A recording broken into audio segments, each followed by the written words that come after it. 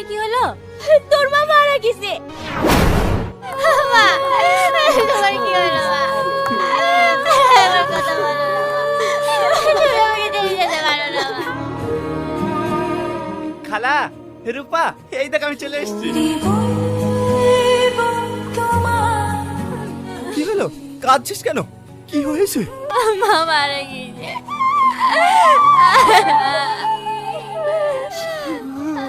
কাঁদিস না। মন খারাপ করিসনি।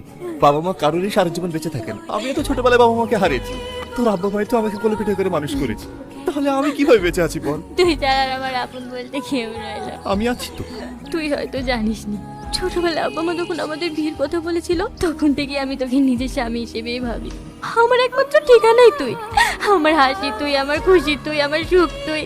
এই এমন একটা মানুষ যাকে ছাড়া আমার জীবনের কোনো মূল্য নেই। আমি তোর ঋণ কোনোদিন শোধ করতে পারবো না রে। আজ আমি যা কিছু হয়েছি সবই তো তোর জন্য। আর এখন তো আমাদের সুখের সময় বল।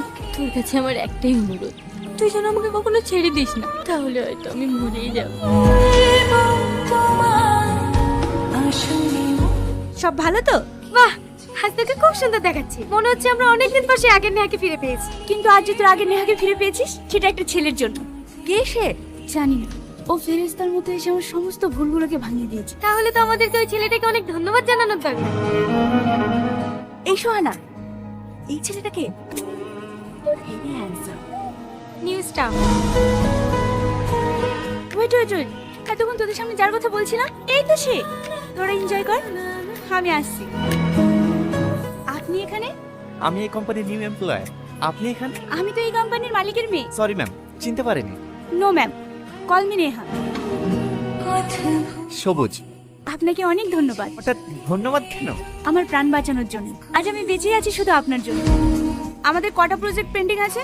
ম্যাম, সব কোম্পানির প্রজেক্টই রেডি আছে, শুধুমাত্র মালত্রা গ্রুপ অ্যান্ড কোম্পানির প্রজেক্টই পেন্ডিং আছে। আমাদের সঙ্গে কাজ করতে আর চাইছে না। এভাবে যদি বড় বড় কোম্পানি আমাদের সঙ্গে কাজ করতে না চায় তাহলে আমাদের কোম্পানি ডেভেলপ হবে কি করে? ম্যাম, আগের প্রজেক্টে ওদের লস হয় আমাদের সঙ্গে কাজ করতে চাইছে না। চাইছে না বললে তো হবে না, যা করে হোক তাদেরকে রাজি করাতে হবে। বিকজ এই প্রজেক্টটা আমার চাই।